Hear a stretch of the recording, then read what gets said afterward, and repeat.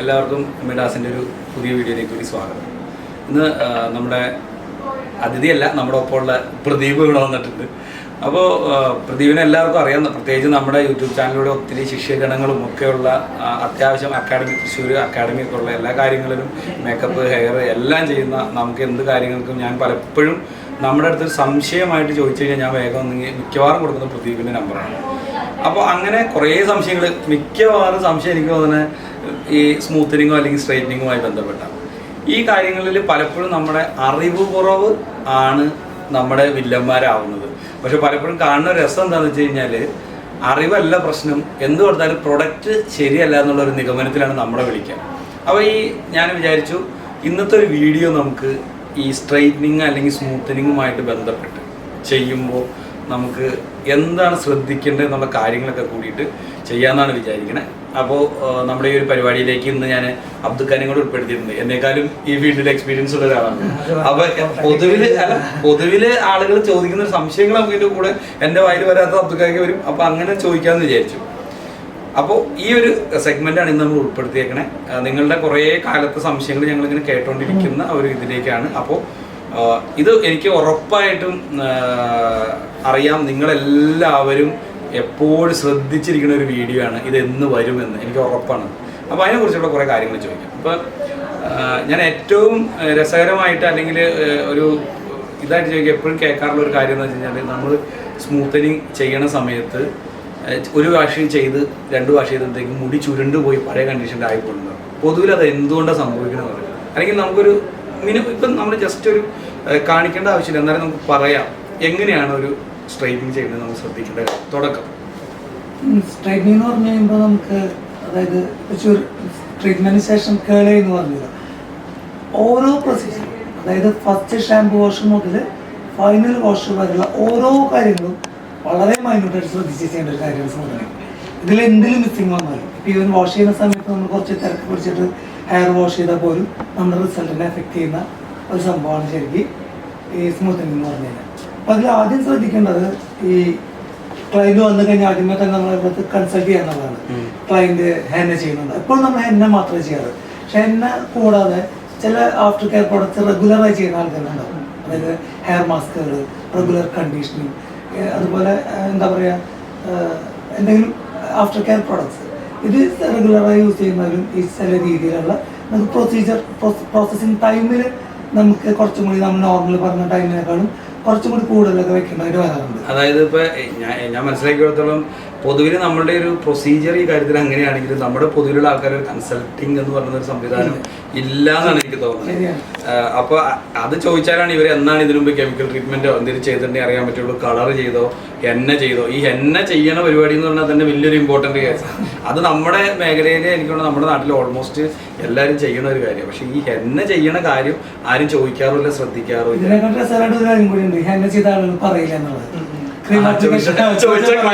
കാരണം അവര് ഇത് ചെയ്യാനുള്ള ഒരു ഇൻട്രസ്റ്റ് കൊണ്ടിരിക്കുകയാണ്, എത്രയും പെട്ടെന്ന് ചെയ്ത ലുക്ക് ചേഞ്ച് ചെയ്യാൻ വേണ്ടിയിട്ട്. അപ്പൊ ഇവരത് പറയാൻ തയ്യാറാവില്ല. ക്രീം അപ്ലിക്കേഷൻ ചെയ്തുകൊണ്ടിരിക്കുമ്പോഴാവും നമ്മൾ അറിഞ്ഞുകൊണ്ട്. പക്ഷെ ആ സമയത്തും ഇത് ഐഡന്റിഫൈ ചെയ്യാൻ പറ്റാത്ത ആളുകളും ഫീൽഡിലുണ്ടെന്നുള്ളത് നമുക്കൊരു അപ്ലൈ ചെയ്തെന്ന് മനസ്സിലാവാത്ത പ്രൊസീജിയർ മുഴുവൻ ചെയ്യുന്ന ആളുകളുണ്ട്.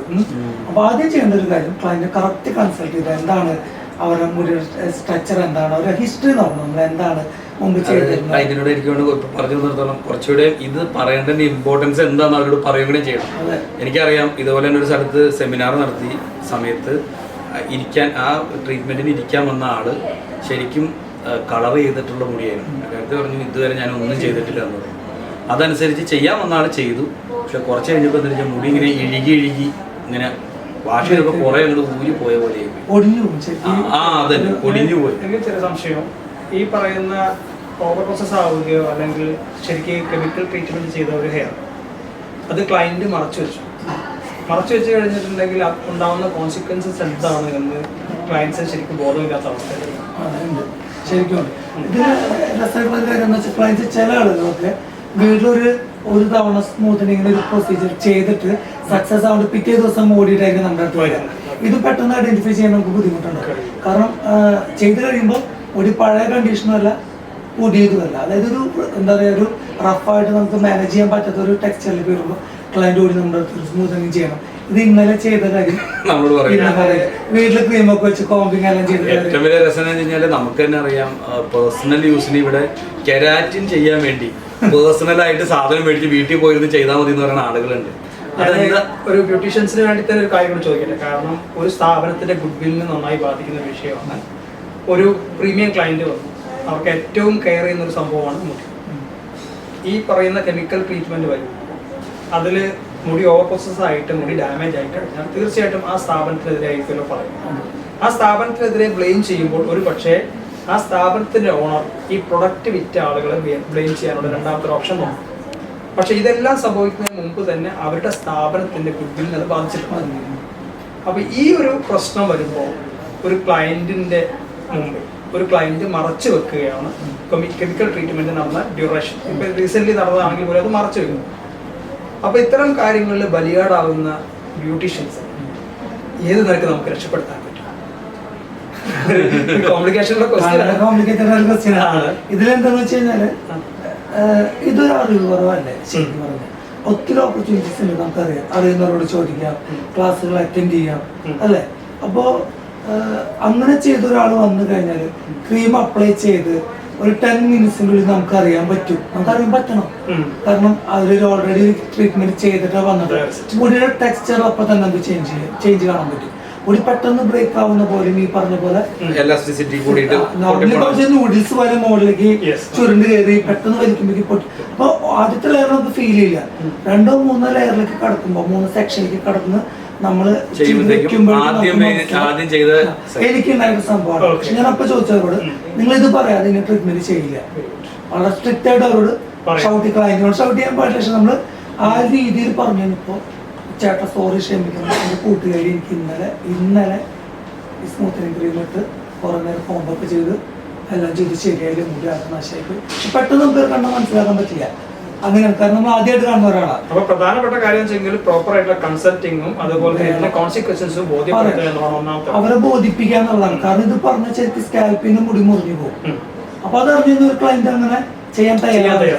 അപ്പൊ നമുക്ക് ചില മുടികൾ കണ്ടാലും അറിയാം അവർ എന്തോ കെമിക്കൽ ട്രീറ്റ്മെന്റ് ചെയ്തിട്ടുണ്ട്, അല്ലെങ്കിൽ എന്തെങ്കിലും പ്രോബ്ലം ആക്കി വന്നിട്ടുള്ളതെന്ന് അറിഞ്ഞു കഴിഞ്ഞാൽ അവരോട് സത്യം തുറന്ന് പറയാൻ പറയാം. അപ്പൊ നമുക്ക് റെമഡീസ് ഉണ്ട്, നമുക്ക് എന്തെങ്കിലും ട്രീറ്റ്മെന്റ്സ് മാറ്റി കൊടുക്കും, അല്ലെ? നമുക്ക് കെരാറ്റിൻ ട്രീറ്റ്മെന്റ്സ് കൊടുക്കാം, അല്ലെങ്കിൽ ഈ പറഞ്ഞ പോലെ തന്നെ എന്താ പറയാ അതിനുള്ള ബോണ്ടുകൾ സ്ട്രെങ്തൻ ചെയ്യുന്ന ഒരുപാട് ട്രീറ്റ്മെന്റ്സ് ഉണ്ട്. അതെല്ലാം കൊടുത്ത് നമുക്ക് ഒരു 1 monthന്റെ ഉള്ളിലൊക്കെ വേണമെങ്കിൽ ജോലി ചെയ്യാൻ പറ്റുന്ന രീതിയിൽ അവർ കൊണ്ടുവരാം. അവർ ക്ഷമയില്ലാത്ത രീതിയിൽ അവർ വരുന്നതും പിന്നെ ക്ഷമയില്ലാത്ത രീതിയിൽ നമ്മൾ ചെയ്യുന്നതും ഇത് രണ്ടും പ്രശ്നമാണ്. അതിൽ ഏറ്റവും കൂടുതൽ നമുക്കുള്ള ഒരു ട്രീറ്റ്മെന്റ് ആണ് ശരിക്കും പറഞ്ഞാൽ സ്മൂത്തനിങ് ചെയ്യുന്നത്. പക്ഷെ ഇന്ന് എനിക്ക് തോന്നുന്നു ഒരു 90% ആളുകൾ, അത് കേരളത്തിലെ സ്മൂത്തനിങ് ചെയ്യാൻ ആഗ്രഹിക്കുന്ന 90% ആളുകളും ചെയ്യാൻ തയ്യാറില്ലാത്തത് എന്തുകൊണ്ടാണെന്ന് വെച്ചാൽ സ്മൂത്തൻ ചെയ്തു ഹെവി ഹെയർ ഫോൾ, അതായത് കഷണ്ടി പോലെ ആയി പോയി മുടി, അല്ലേ? ജെൻസിന്. അപ്പൊ ഇങ്ങനൊരു ഹെയർ ഫോൾ ഉണ്ടായി കഴിഞ്ഞാൽ, മുടി ഡാമേജ് ആയി കഴിഞ്ഞാൽ, ഞാൻ ഒരുപാട് കോൺട്രവേഴ്സി വരുന്ന ഒരു കാര്യമാണെങ്കിലും ഓപ്പണായി പറയാം, അത് ബ്യൂട്ടീഷ്യന്റെ മാത്രം കുറ്റാണ്. മനസ്സിലാകുന്നതാ. വേറെ നമ്മളൊരു ക്രീമിനോ ബ്രാൻഡിനോ അല്ലെങ്കിൽ ഇതിനൊന്നും പറഞ്ഞിട്ടില്ല, ഒക്കെ നമ്മുടെ തെറ്റാണ്. കാരണം ക്രീം അപ്ലിക്കേഷൻ എത്ര ടൈം പോകണം. അപ്പൊ ഈ പ്രൊസീജിയർ കൃത്യമായി നമ്മൾ മനസ്സിലാക്കി. ഈ ക്രീം ആപ്ലിക്കേഷൻ എത്ര ടൈം പോകണം എന്ന് പറഞ്ഞപ്പോ പലരും പഠിക്കണതും ചില സ്ഥലങ്ങളിൽ പഠിപ്പിക്കണം.